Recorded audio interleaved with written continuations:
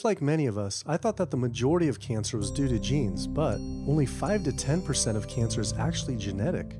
Any cancer is caused by a DNA mutation, but that's not enough. So that can cause that first cancer cell, but one cancer cell never killed anyone. 2 cancer cells never killed anyone. But 1 billion cancer cells, now we're running into problems. So we need to reduce the growth factors in our body, like IGF-1. Insulin-like growth factor 1 is this cancer-promoting growth hormone involved in every stage of cancer cell growth and spread and metastases. And any animal protein boosts the level of IGF-1. Dairy products increases your risk for various forms of cancer, especially those related to your hormones. So breast cancer, prostate cancer, ovarian cancer. So this is not a product, even in its most pure state, you want to be consuming because it does come with risk. I found out that dairy can increase a man's chance of getting prostate cancer by 34%.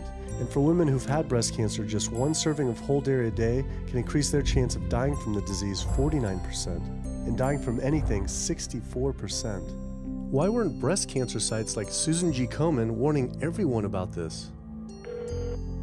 For calling Susan G. Komen, this is Jocelyn. How may I help you? Okay, so we're wondering why you don't have a huge warning about the dangers of consuming dairy on your website when there's a direct link to breast cancer. There was a study published in the Journal of the National Cancer Institute that found out women consuming dairy who has had breast cancer increases their risk of dying of breast cancer 49%. I was wondering why it's not on your website. We cannot answer these types of questions. Once again, another health organization rep saying someone else would have to answer my question. Rather than risk being stood up again, I went straight to the local Susan G. Komen chapter to see if they would answer my questions.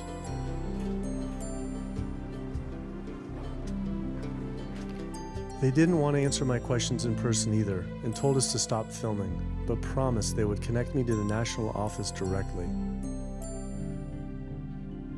Susan G. Komen's Pink Ribbon campaign had done a lot to raise awareness for breast cancer, although it was confusing to see pink ribbons on dairy yogurt containers. Breast cancer can be prevented with a healthy diet and lifestyle, but we're not. We're talking about pink ribbons and putting all the money into research for the cure. I, for one, know that I would want my daughter, my mother, me, I want to focus on not getting to that point, and that's where I would like to see more energy and effort put. I had been a hardcore cheeseaholic virtually my entire life, despite the risks, but like so many others, I seem to have been addicted to it. It turns out that the casein protein, that's the main protein in dairy products, and particularly in cheese, it breaks apart in the human digestion to create what are called casomorphins, casein-derived morphine-like compounds that go to the brain, and they attach to the very same receptor that heroin attaches to. Don't get me wrong, they're not as strong as that, but they are strong enough to make you come back again and again and again, despite the fact that you're gaining weight, you're more unhealthy than you've ever been, but that cheese just calls out to people. Casomorphin may play a role in SIDS, and sudden infant death syndrome, may play a role in autism. This is one of the reasons why we don't want infants drinking milk from cows. Human breast milk has 2.7 grams of casein per liter, compared to 26 grams per liter for cow's milk. That's practically 10 times more. No wonder it's so addictive. This talk about addiction made me think about all the drugs animals are fed. I went to the headquarters of the Center for Food and Safety, the nation's leading FDA government watchdog group, to see how concerned we need to be about drugs in our food. So that we know of, there are at least 450 different drugs that are administered to animals, either alone or in combination. These drugs are given to animals for a variety of reasons, very, very few of which are actually beneficial to consumer health. We've got drug companies that work real hard to make sure they can sell lots of drugs to people raising cows, pigs, and chickens. The pharmaceutical industry sells 80% of all the antibiotics that it makes in the United States to animal agriculture. Antibiotic residues are found in meat, other antimicrobials are found in meat, there's been ractopamine found in meat, there's been hormones found in meat, so right there you're talking about 4 different drugs that could be in the same piece of meat. The pharmaceutical company is supposed to show the safety of animal drugs. They're not really testing to see what the impacts of these drugs are on humans. They're really looking to see what the impacts of these drugs are on animals. When we try to get information on some of the health studies and the environmental studies from federal agencies, we get back page after page of blacked out information because the company claimed confidential business information. Consumers have no idea what is in the products that they consume. So how sick something makes me and how bad it pollutes the environment is a secret for a company. In the animal agriculture industry, as in the tobacco industry, these companies really have a vested interest in making sure that the public doesn't have information about their effects and what risks are really posed to consuming them. Have this system where animals are living in their own waste, they're living next to animals that are sick or even dead, and they're stuck in cages with these animals. The bacteria tends to spread, so that the pathogens that are being created in these filthy conditions are breeding resistance to antibiotics, and the public are becoming exposed to those. We already have people dying from salmonella and other things that you eat. We're having about 3,000 people die every year in the United States. That's more than the number of people that were killed in 9/11 in the Twin Towers of New York. If we had some terrorist organization killing 3,000 people a year, we would be all over it. The antibiotic-resistant bacteria deaths that we have, on top of that, you get 20,000 people dying a year. That's 7 9/11s every year. Can you imagine if that many people were being killed by some terrorist group in the United States every year? We would find them. You know, the World Health Organization has said we're nearing a post-antibiotic era in medicine. You'll be at risk in minor surgeries to have a fatal infection. You'll be at risk going to the dentist if you have a tooth extracted. Or it'll be like Civil War medicine. You get an infection in your leg and you cut your leg off. So you have this very dangerous situation. By crowding these animals in, they become a perfect engine for generating a new flu virus that can come out into the community.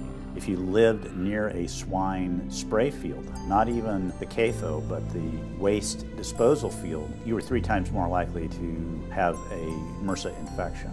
You can't see how it impacts the average person's life in Duplin County, North Carolina, and not be a little upset about it.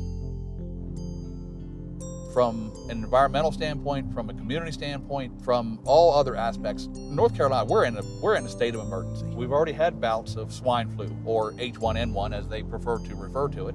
That particular swine flu incident was originated on a farm here in North Carolina. There's approximately the same number of hogs in North Carolina as there are people. Between 8 to 10 times the amount of feces is produced by a hog, an adult hog, as compared to an adult human. 10 million pigs in North Carolina produce the waste equal to 100 million humans. This is the equivalent of the entire U.S. Eastern Seaboard flushing their toilets into North Carolina, but there is no waste treatment. The pigs' waste falls through slats in the floors of the sheds they are forced to live in. It is then pumped into giant waste pits, which leach into rivers and streams, and is pumped out unfiltered onto fields, further polluting the environment and neighboring health.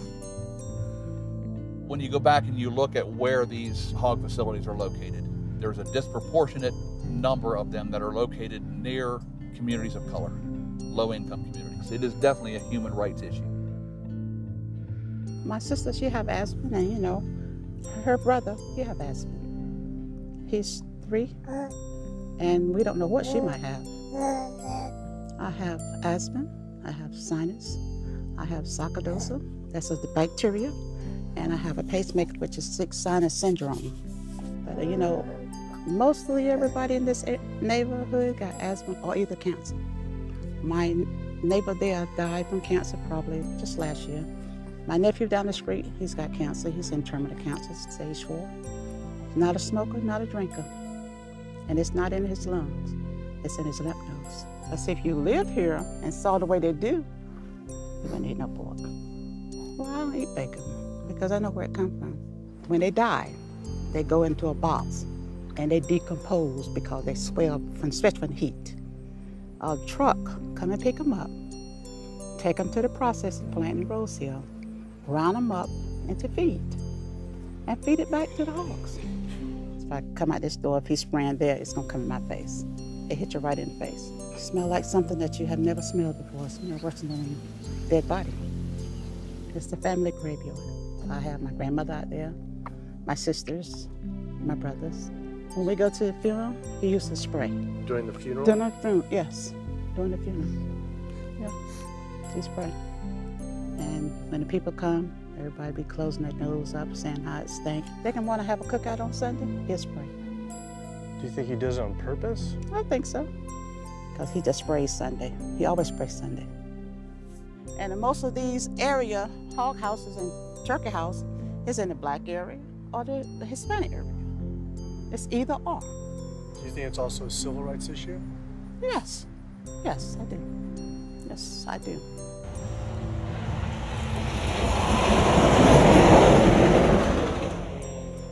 There have been times in the past that I have gotten ready on the Sunday, got ready to go to church and come out, and the smell was so strong that I had to go back and regroup because it got in my clothes and I just couldn't go to church smelling like hogs, you know. I just couldn't do it, so I don't think the government cares. They care more about cooperation than do people, individuals. And they're going to keep on, they're going to put more chickens in this state. This is the feast season. You're in capital of the world right here in North Carolina. My state, look, there's a blue line stream right here come into my property almost, and the Contentney Creek right here.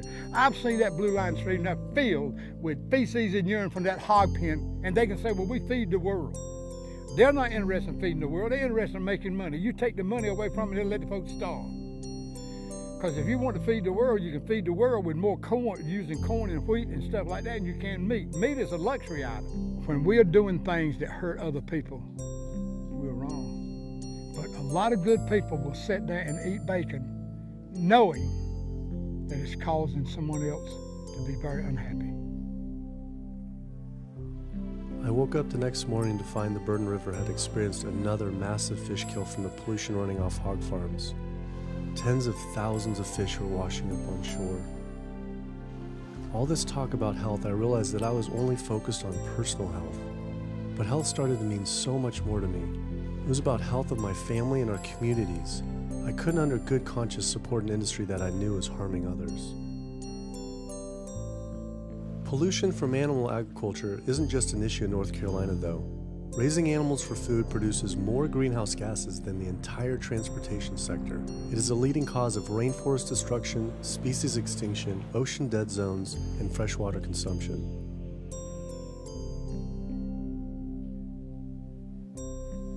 American Diabetes Association actually finally got back, and they agreed to an interview. Preparing for their American Diabetes Association interview, I took a look at their diabetes diet and meal plan recommendations, and they were loaded with foods associated with causing diabetes. How could they expect people not to get diabetes if this was the food they were recommending? And then, I saw multiple peer-reviewed studies published on the National Institute of Health website showing that a low-fat, plant-based diet was more than twice as powerful at controlling and even reversing diabetes than the ADA recommended diet that included meat and dairy. Well, the mission of the American Diabetes Association is to identify a prevention and a cure for diabetes, but in the meantime, to improve the lives of all people who are affected by diabetes. And what's the best way to prevent this? For type 2 diabetes, it's unclear. We can't prevent type 2 diabetes in everybody. When we were doing the research, we came across a lot of studies that said that you actually could potentially cure or reverse diabetes with a purely plant-based diet. I don't believe there's sufficient evidence to demonstrate that. How does it compare to the ADA diet that you recommend? We don't recommend a specific diet. We recommend healthy eating. The one that's on the website? We recommend healthy eating. Do you have a whole list of exact day-to-day, the meal plan, the whole meal plan? All they are selections of foods to consider. We do not have a diabetes diet. But with that selections, that you consider that plan compared to a plant-based plan? No one's done that study. We found actually some studies, a 74-week study found that low-fat vegan diet versus the ADA plan in type 2. I think we're done here. I'm not gonna get into an argument about. Oh no, I was just wanting the studies if this is true or if it shows that. Any diet works. Any diet works.